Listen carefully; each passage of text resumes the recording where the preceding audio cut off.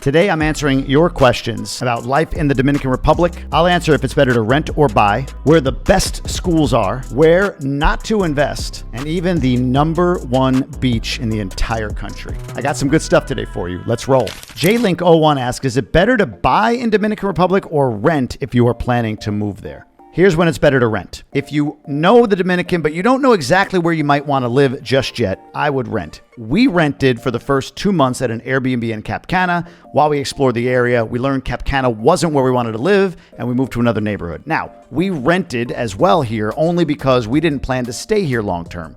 We planned to be here a year. So while our house in the States is being rented out furnished, we rented a furnished home here, and we've been in that home for 2 years now. Go figure. So if you're like me, rent. The flip side of that is, had we bought when we moved here, we probably would have been able to purchase for $150,000 to $200,000 less than what we would have to pay now in the neighborhood that we live in. So if you know where you want to live, you've done enough of the visits. We hadn't at that point when we moved down here. It had been a while since we visited. Then absolutely buy. To me, the best answer is a hybrid. If you're pretty certain, but you've got some level of doubt that you're not fully certain, do Airbnb for a couple of months. You can do long-term. It saves you a little money while you explore and confirm exactly where you want to buy. Twin Dad Adventures asks, where is the best location to buy vacation rentals for tourists? Any resources available? 2 questions in one. Let me give you the answer to the first one first. If you're talking in the Punta Cana area, I've invested in Cortecito. Prior videos cover all of that in more detail. But I look at that as a beach community where tourists want to come. So I'm buying there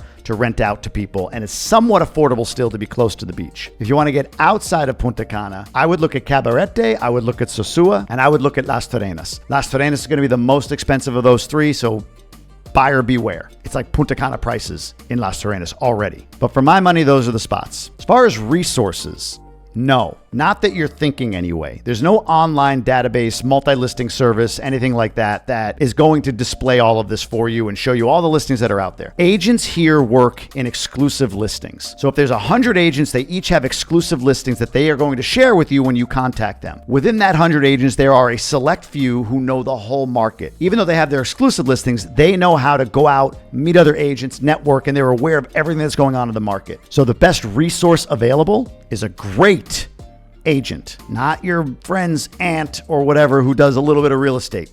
No, get a great agent. I get the question so often, I put together a team of great agents that I refer to you. Down in the caption, there's a link. It should say something like, do you need a realtor in DR? If you fill out the form, I'll happily connect you to an agent. We have them around the country, but honestly, I focus in Punta Cana. Claudia Aquino asks, what is your opinion on buying apartments for local rents by Verón? I think that's asking, what's my opinion on buying apartments to rent out in Verón?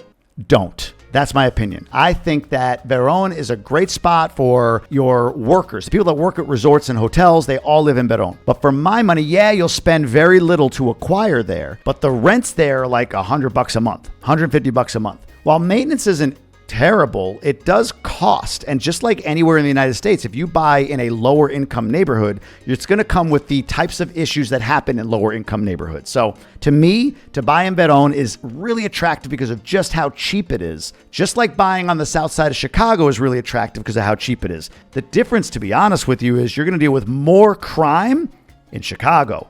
Way more. The workers here it's not a crime-ridden area like it is in Chicago, but still, it's a much tougher way to cash flow. It's going to be a lot of work to buy there. So I say no. For me, you're asking me, so you got my opinion. I would rather save up a little more money and buy something in an area that's more established where I can rent to more professional renters, if you will, or more professional people that are able to pay $500, $800, $1,000 a month in rent. LisaLex9020 asks, why is La Romana never on your radar? And along this vein, Patricia Lemberg asks, list of places to eat in La Romana going there next month.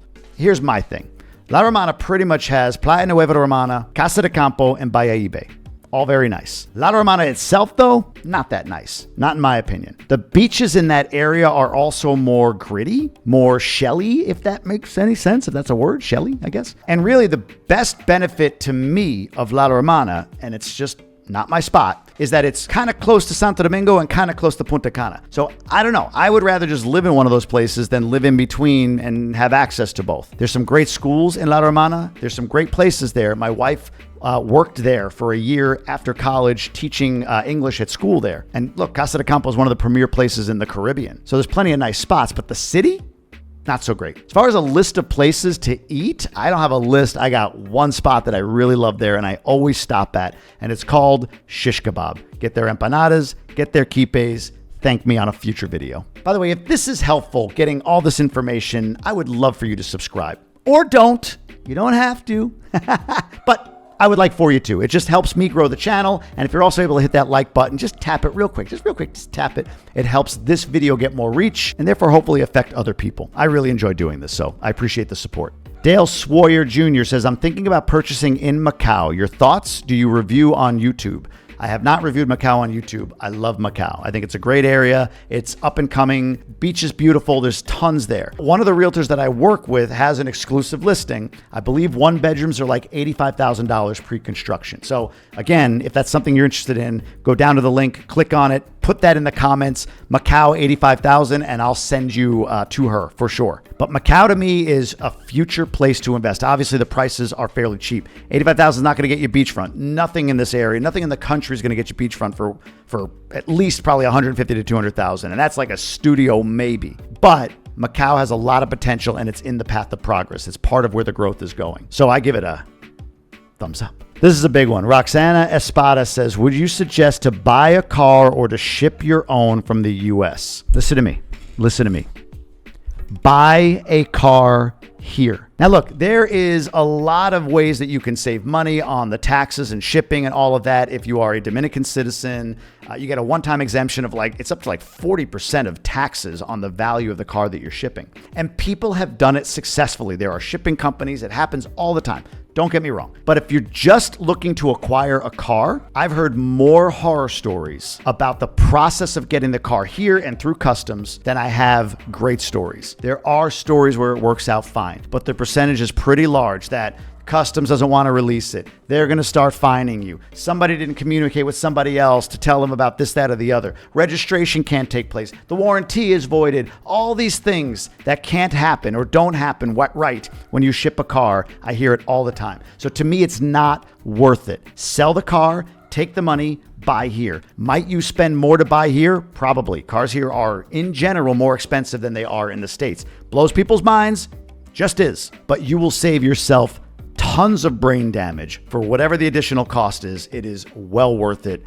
Trust me on that. Now, here's when I would ship a car. If you are moving your life and you're taking everything, you just can't sell it. You're taking everything you own and you're going to put it into a shipping container, the car, furnishings, artwork, whatever. If you're doing all of that, then ship the shipping container for sure. And if you're a Dominican citizen, apply to get all the taxes waived that you possibly can. You might need to be a resident citizen. You'll have to do the research on that. But the point is, that's the only time I would consider shipping a car, is if it's part of a package of everything one time and I'm moving here. Again, it works for people and I would love to hear it. Drop it down in the comments. Restore my faith. Maybe it works better than I realized. But I know of people, and I interviewed one recently on my podcast, Grub with Gruber, who said, I lost the car. I know where it is. I could see it, but because of the paperwork processing and all of this stuff, and this is not a rookie. This isn't somebody who doesn't know the system here, but she lost a car, tens of thousands of dollars, all of that, just because she listened to a politician, somebody reputable, who sounded like they knew what they were talking about and assured her, but in the end, they were wrong. And that's part of the problem, is too many of us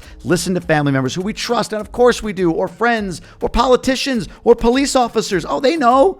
They don't know. Dominicans have a way of being very sure about things, or at least appearing to be, I've learned. It's a generalization, man. It's a stereotype. I get it, but it's true. So just be really mindful before you do something like ship a car, because you may regret that later on. Mel Financial Group LLC asks, best playa right now in Punta Cana without the green stuff. Olga's Knack 1.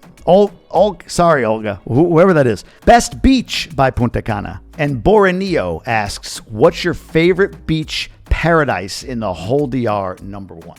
Let's take these in order. Best beach here without the green stuff, I'd go north. Playa Palmera, Playa Macau. Up there is where the least sargassum exists. I was at Castaways, which was the location for the Grub with Gruber episode I did with my wife, Sylvia. You should take a look at it. We'll put up a quick video here so you can kind of see it as I talk. But that is up on Playa Palmera in Ubero Alto. I said it in the video.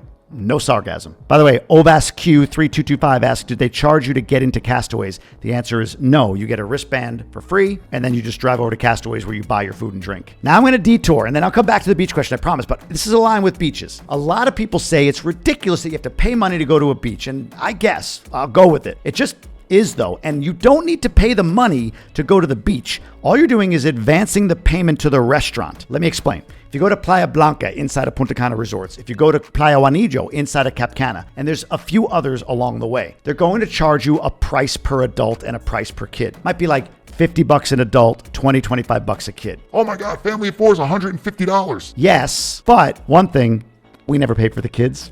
We just don't, and nobody's ever given us a problem, so pro tip.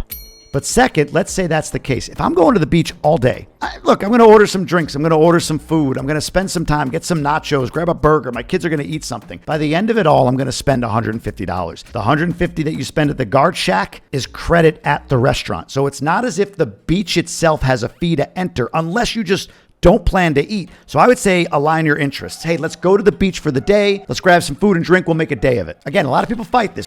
Beaches are public in DR. True, but it doesn't really do much for you to get all fired up about it. It just is. There are plenty of public beaches here. Bibijagua is one. Macau is one. Playa Esmeralda, Playa Limon, Cabeza de Toro. These are all public beaches right here in Punta Cana and north of it. But that's my speech on beaches and how to do them here. There was a question, best beach in Punta Cana. There are so many. If I had to just go to a beach, I was going to go spend the day at a beach, one that I really enjoyed and loved. It had everything I wanted, comfort, food, the whole nine. It would be Playa Blanca inside of Punta Cana Resort. The food is excellent at Playa Blanca restaurant. The beach is well maintained. It's beautiful and calm. You can walk out 30, 40 yards and be waist high and very clear, very calm water. There's kite surfing if you want it. There's banana boats. There's plenty of stuff to do. It's safe, secure for the kids, all of that stuff. If I want to get away and drive a little further north, honestly, I would go to Castaways, grab a bite to eat there, and be on Playa Palmera. I think that's beautiful, but it's about 45, 50 minutes north of where I live. So not the adventure I want to take every day, but to be honest, the ceviche up there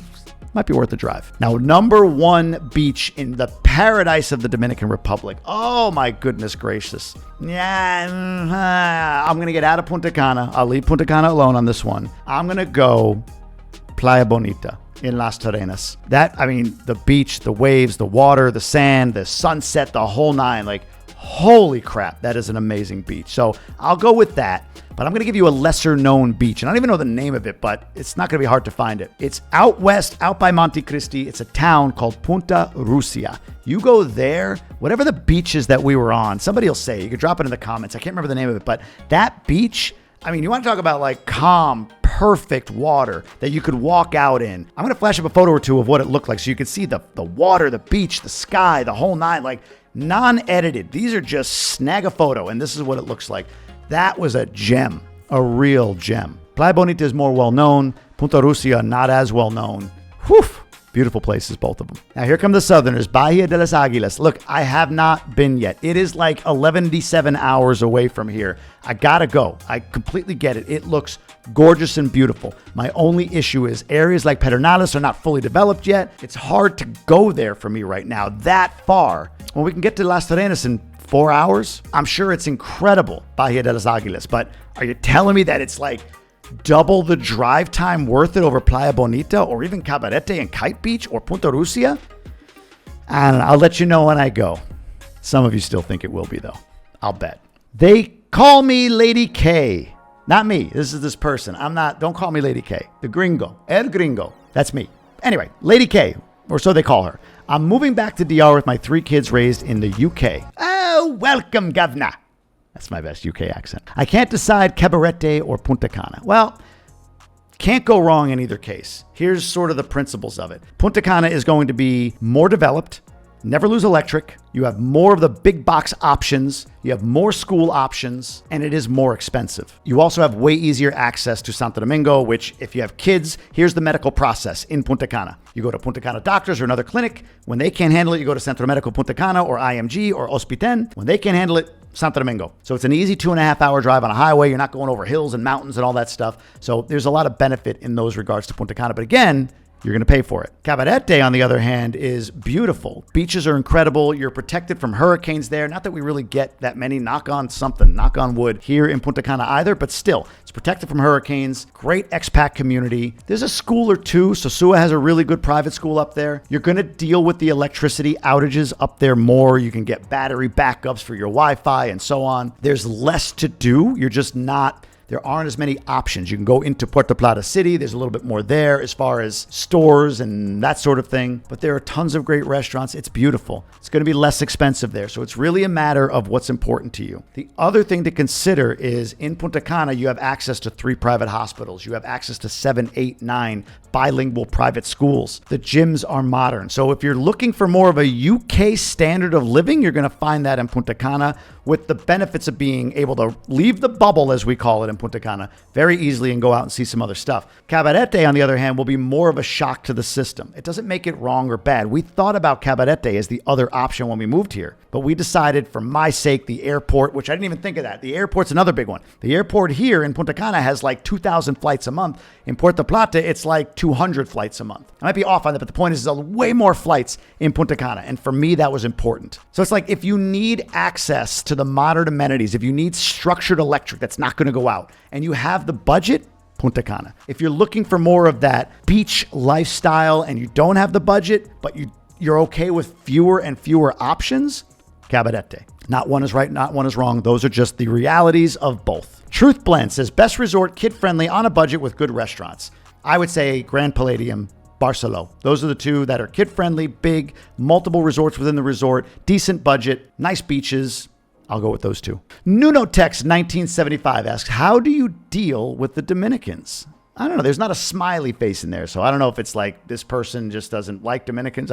I don't know. Or if it's a matter of, it's more of a joke. So here's what I'll say. My wife talked about in one of the prior videos challenges with processes and systems here, but never have we had a challenge with people. Not broadly. There's individuals that are just assholes. That's life. Any population is going to have really cool people, really not cool people. Not cool people. But when I think of Dominicans broadly, honestly, what comes to my mind is buen dia, buenas tardes, buenas noches. Everybody I walk by, that's what I hear. I think of like just calm, tranquilo, right? Just people that are just chill and not real worried about too much.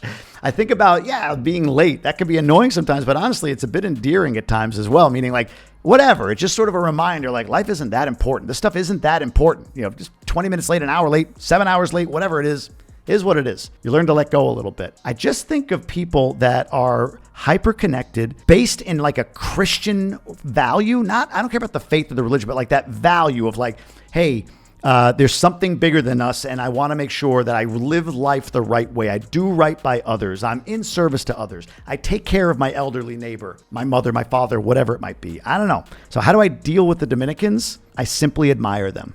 It's the best answer I can give. Now, if this is more of a joke, here's what I'll say. Dominican drivers, here's how I deal with them.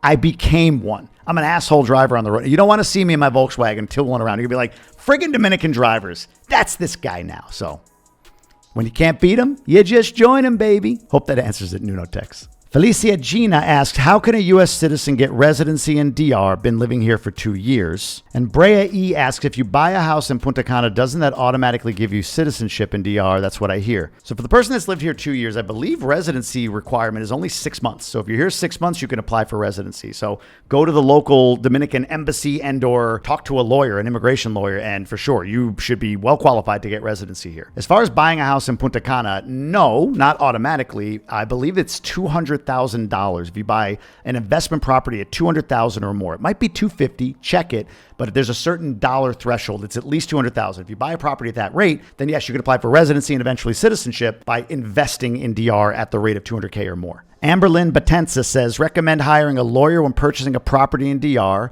and the cost to hire. And then Genrod0423 asks, what was your process for finding your permanent rental in DR? Did you need a lawyer for the rental lease? Here's my answer to all of this. Yes, get a lawyer. It's going to protect you way better than if you don't. I can recommend a lawyer to you. Just email info@jamiegruber.com if you need one, and include your name and your WhatsApp. And I will absolutely make sure that you get connected to a lawyer that I've used and I trust. Had we had a lawyer read the lease that we first signed, we would have caught a couple of issues in it that didn't end up hurting us at all, but they could have. Not worth going into, honestly. It's nothing crazy, but we trusted a family member, realtor, that the lease was good. Hence why I say be careful who you trust with the transactions down here. An independent lawyer would have been a good move. Oh, and by the way, this person that's in real estate in the family, also a lawyer. Go figure. And as far as the cost of a lawyer, I actually messaged one of my realtors recently. When I got quoted on the property I'm buying in Cortecito, I'm paying, I think it's like $1,200 for the person to create an entity like an LLC and handle all of the transaction for me. I asked my realtor friend and they're like, yeah, that's in range. So I'm going to place it at like somewhere between $912, $900 and $1,400 US. It's probably the price you're going to pay when you're purchasing a property. It's probably going to be much less than that if all you're doing is asking them to go over a contract if you're leasing a property. And remember, everything's negotiable. Curiosity Peaked Substack asks, we are moving our family out in December. Congratulations. My husband is in sales. What do you use for cell service? Well, all right, we're not the best example here. We use Verizon and we pay $100 per line per month extra for our international plan. Now, before everybody's like, what are you, crazy? Let me explain this a little bit first. First off, yeah, I'm crazy. That's true. But secondly, here's what happened. You have to establish credit here, like bank account, multiple month statements in order to go get a phone with Claro. Unless you just want to get like a burner phone. We have one of those. They suck. So for us to go get like a real plan with Claro or Altice, you had to have a level of credit that we didn't have. Again, 3 months bank statements. Our plan was to be here a year. So for me, I budgeted for that. Okay, whatever. It's an extra couple $100 a month. We were doing fine financially. I'm like, I don't want to deal with a second phone number and all that crap. We're just going to pay for this. When we decided to stay the second year, the initial intent was not even a year. It was to go from August, when we were supposed to leave in 2023, through the school year in June. So I just said, I'm just going to keep this rolling, keep my Verizon plan. And somewhere in that 8-9 months, we decided we're going to stick around. Then it just became like, at some point, someday, I need to go and get the Claro phone. I haven't done that yet. So anyway, the long answer to this is we use our US phones with the international plan currently, but as we speak, I'm getting my Claro plan. So Claro, Altice, either or, but Claro seems to be the one that most people use. That said, you're going to need to go get some sort of established Dominican credit, unless you know a guy that you could probably pay and